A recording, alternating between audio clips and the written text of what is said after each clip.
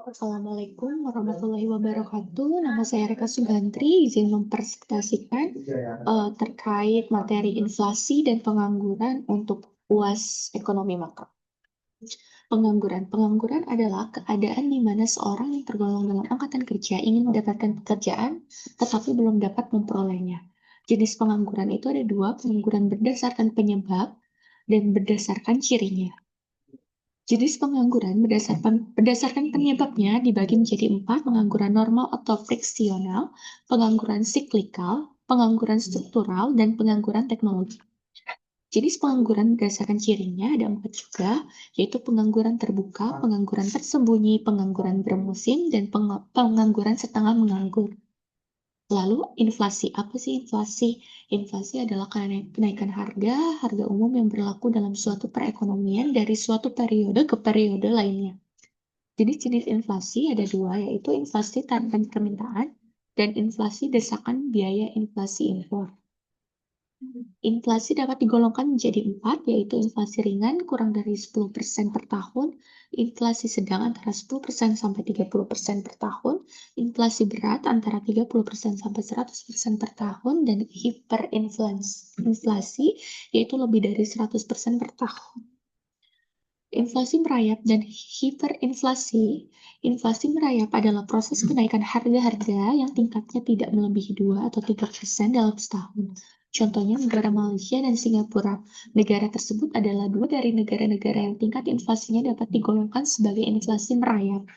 Hiperinflasi adalah proses kenaikan harga-harga yang sangat cepat yang menyebabkan tingkat harga menjadi 2 atau beberapa kali lipat dalam masa yang singkat. Contohnya negara Indonesia.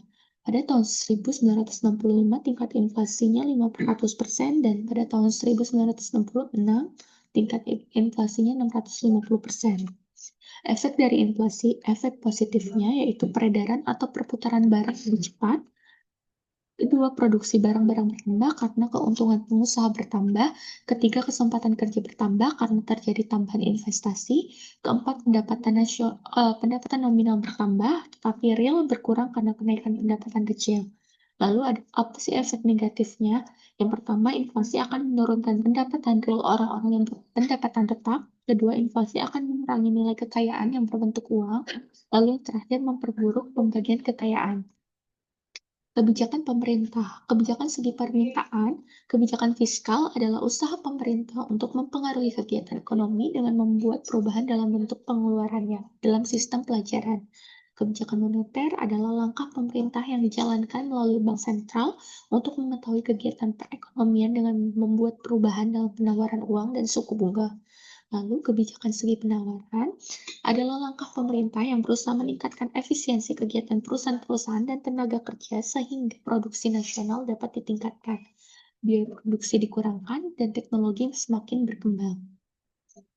Lalu, untuk mengatasi masalah pengangguran, yaitu yang pertama ada pengangguran dan kebijakan fiskal, yaitu mengurangi pajak dan menambah pengeluaran pemerintah. Yang kedua, pengangguran dan kebijakan moneter, yaitu menambah penawaran uang, mengurangi atau menurunkan suku bunga, dan menyediakan kredit khusus untuk kegiatan tertentu. Yang ketiga, pengangguran dan kebijakan segi penawaran, yaitu mendorong lebih banyak investasi, mengembangkan infrastruktur, meningkatkan efisiensi administrasi permintaan, memberi subsidi dan mengurangkan pajak perusahaan dan individu. Lalu, mengatasi masalah inflasi, yang pertama inflasi dan kebijakan fiskal, yaitu menambah pajak dan mengurangi pengeluaran pemerintah. Lalu yang kedua inflasi dan kebijakan moneter, yaitu mengurangi, menaikkan suku bunga dan membatasi kredit. Yang ketiga inflasi dan kebijakan segi penawaran, yaitu melakukan langkah-langkah yang dapat mengurangi biaya produksi dan menstabilkan harga seperti mengurangi pajak impor dan pajak atas bahan mentah, melakukan penetapan harga, menggalakkan pertambahan produksi, dan menggalakkan perkembangan teknologi. Lalu, kebijakan pemerintah dalam mengatasi kebijakan fiskal, moneter, dan segi penawaran, yaitu yang pertama dalam kebijakan fiskal akan dibuat perubahan dalam pengeluaran pemerintah atau pajak untuk mempengaruhi tingkat pengeluaran agregat. Yang kedua, dalam kebijakan moneter yang dilakukan adalah membuat perubahan dalam penawaran uang atau suku bunga untuk mempengaruhi pengeluaran agregat.